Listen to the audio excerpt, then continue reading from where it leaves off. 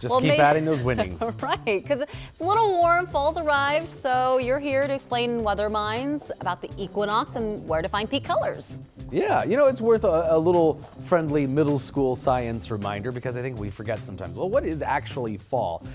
It's the autumnal equinox is what we were talking about. Happened just a few hours ago at 2:50 in the morning. But meteorologically, we start fall on September 1st. And those months actually line up with temperatures and weather a little bit better. But so what actually happened at 2:50, the direct rays of the sun, that's 90 degrees, meaning right above you, went from the northern hemisphere, crossed the equator into the southern hemisphere. So really, the autumnal equinox is actually, you can look at it as the beginning of winter because those direct rays of the sun are going to go further and further south until they reach the Tropic of Capricorn in the southern hemisphere.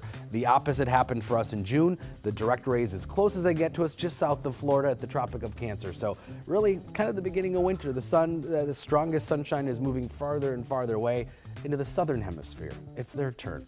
But you know, it does lead to some fall colors. And the biggest thing that your trees catch on to is that loss of light and the angle of the sun. Temperatures can help make them a little more vibrant, but it's really the sun that it's catching on to. So northern Minnesota, we already have a lot of color popping up. That's the place to be. So if you're headed to maybe the Iron Range, Duluth, one of those places, starting to see a lot more color. And of course, the average peak once we get to the Twin Cities is usually in that first or second week of October. Yeah, I've been told, because this will be my first, to head up north into the North Shore area to see all the beautiful colors. Some of our most vibrant colors are along the North Shore. I was stuck on you saying this is actually the start of winter.